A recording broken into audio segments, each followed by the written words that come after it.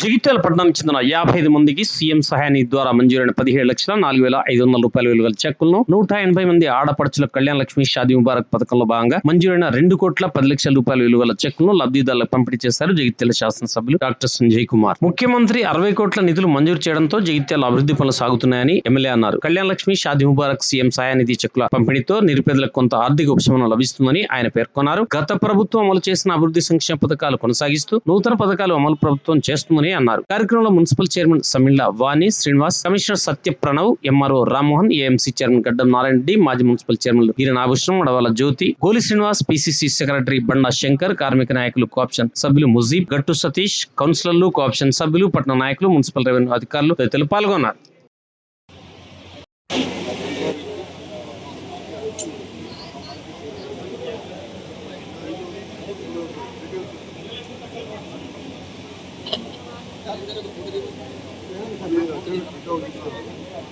కూడా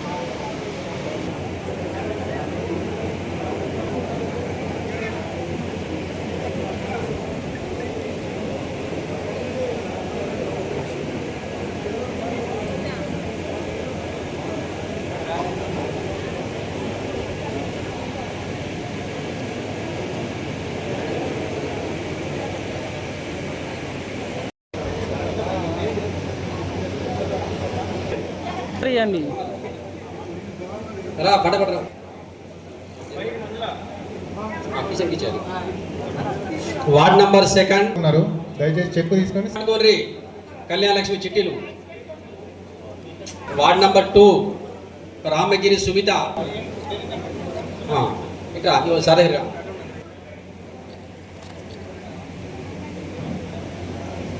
next ward number 4 ready ఉండుర్రి. సంతకాలు పెట్టి కదా చెప్పారు ఇక్కడ కొట్టు మేడం. షేక్ షబానా,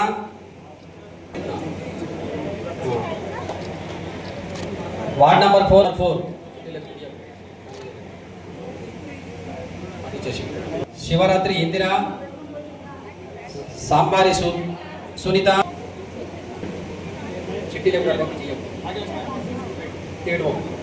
మొత్తం 7 Mera Padmakka, Sunitha, Malleshwari, Sultana. Next 7 ward number 7 ready ఉండండి.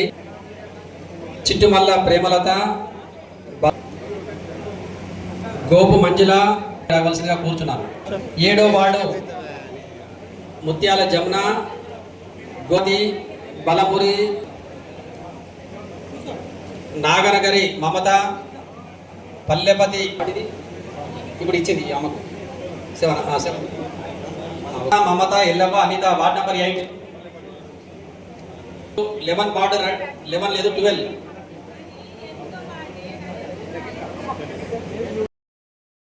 Open exam.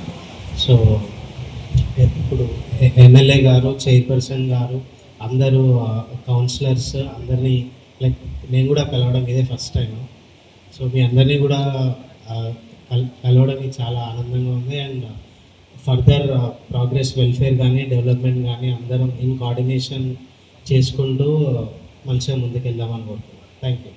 3 Shaadi Mubarak 50 CM relief fund చెక్కులు అందడి చేయడం జరుగుతుంది. మన రాష్ట్ర ప్రభుత్వం మన కోసం అనేక సంక్షేమ పథకాలను చేపడుతూ మనందరికీ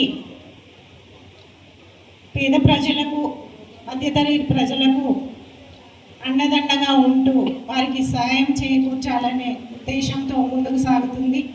అలా చాలా కార్యక్రమాలు చేపడుతూ సన్నబియ్యం ప్రోగ్రాం కానివ్వండి, గృహలక్ష్మి మన మహిళల కోసం గృహలక్ష్మి పథకం, 500 సిలిండర్ మరియు ఉచిత బస్సు సౌకర్యం, ఇలాంటి 1,000 మంది మహిళల్ని కోటీశ్వరు చేయాలనే ఉద్దేశంతో మహిళా సంఘాల ద్వారా వడ్డీ లేని రుణాలను ఇప్పిస్తూ మన కోసం ఆటపడుతున్న మన సీఎం రేవంత్ రెడ్డి వారికి ధన్యవాదాలు, కృతజ్ఞతలు తెలియజేసుకుంటున్నాను. మన సంజయ్ అన్న గారు మన కోసం ఇవన్నీ ఆఫీసుల చుట్టూ, ఒకరోజు నేను హైదరాబాద్ వెళ్ళినప్పుడు సీఎంని కలవడానికి ఒక సెక్రటేరియాలో ఒక సెక్షన్ నుంచి ఒక సెక్షన్కి తిరుగుతూ ఈ చెక్కులు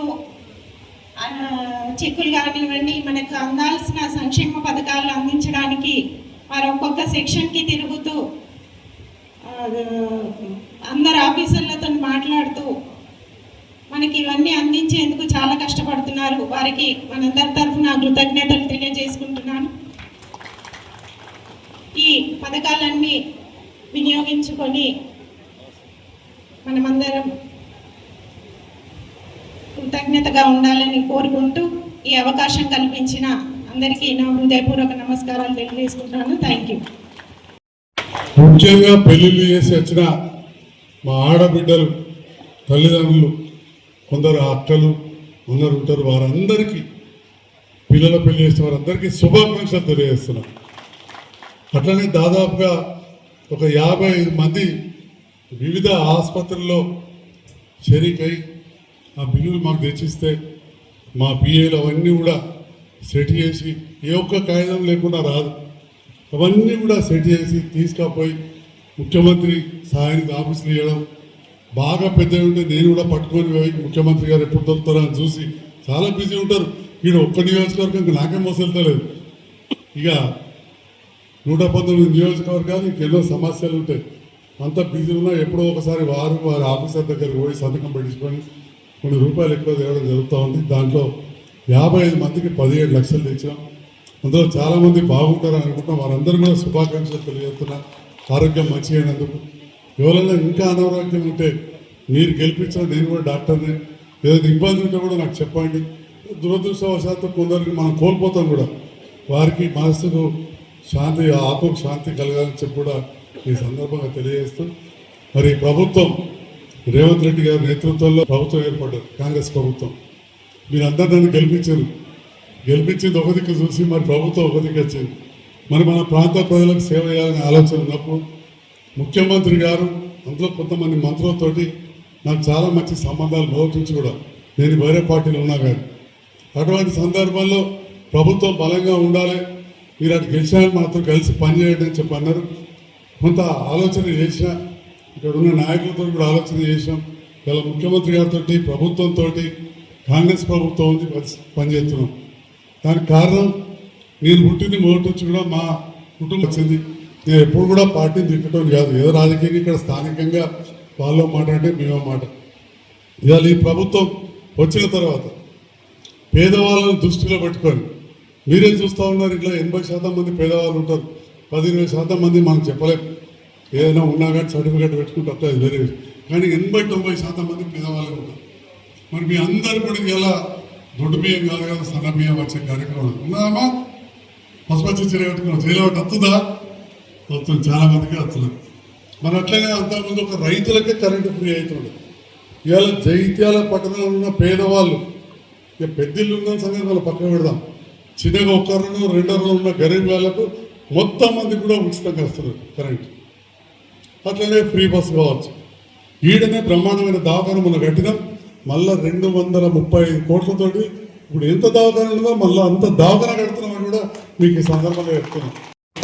ఎక్కడ పేరుకలో మన జైత్యాలకు వస్తున్నారు, దాంతో మన హోటళ్ళలో గిరాకీ జరుగుతున్నారు, పోయేటప్పుడు వచ్చేటప్పుడు మనం కూడా కలిసిపోతున్నారు.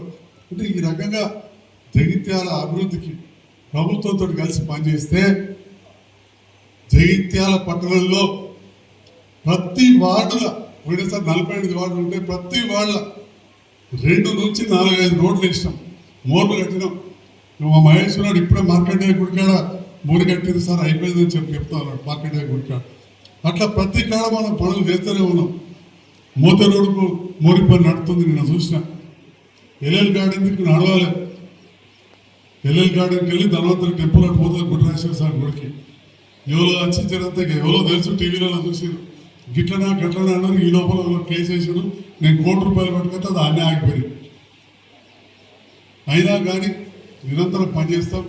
ప్రతి వాడగట్టుకు 1 కోటి రూపాయలు తగ్గకుండా మంచి రోడ్లు ఎత్తామని చెప్పి ఈ సందర్భంగా తెలియజేస్తాం. అదేవిధంగా బోర్లు కూడా కడతాం. మన చెరువులు మనం కాపాడుకోవాలి. చింతకుంట చెరువు, మోతి చెరువు కాపాడడానికి ఆ మోరు నీళ్ళు అన్నీ ఆ చెరువులో పోతున్నాయి. మీ అందరికీ మోతి చెరువు చుట్టుపక్కల చిలకవాడ బైపాస్ రోడ్కి వచ్చి కావచ్చు, ఇటు మన పొడాల గార్డెన్ ఇదంతా మీకు ఎరికే, తులసినగర్ అందరికీ, బీటు పదారు, ఇస్లాంపురం అందరికీ చెరువు ఖరాబ్ అయిపోయింది. ఎందుకంటే ఈ మోరు నీళ్ళు అన్నీ లెక్కపోతున్నాయి. ఒకప్పుడు పెద్ద పర్రి ఉంటుండే, ఆ లెక్కలు అలా పడుతుండే పోతుండే, కానీ ఇప్పుడు అన్ని మురికి నీళ్ళు. అంతకుముందేమో ఎక్కడ ఇంకుతుండే, ఊరు చిన్నగా ఉంటుండే. ఇప్పుడు ఏడ చూసినా మోరు లేకపోతే నీళ్ళు ఇంకుతలేవు. అంతకుముందు ఎవరింటి నీళ్ళు వాళ్ళ ఇంటి ముందంటే ఇంకిపోవు, గిన్నె వాడకపోదు. అప్పుడు చేరుకోవాలి, చేతుల్లో తక్కువ వాడు. ఇప్పుడు అన్ని మోటరేనా, లేదా మిషన్ బదిలితే నీళ్ళు నల్లిప్పుడు నల్ల బంద్ చేసుకుని కూడా లేదా కొందరు నేను అంటలు అందరు అంటలేదు, ఆయనతో తప్పు పట్టుకున్నారు. ఇవాళ రేపు రాజకీయాలకు వచ్చాక ఎవరు లేవన్నా ఏం తప్పు పట్టుకుంటారు అన్నట్టే ఉన్నది.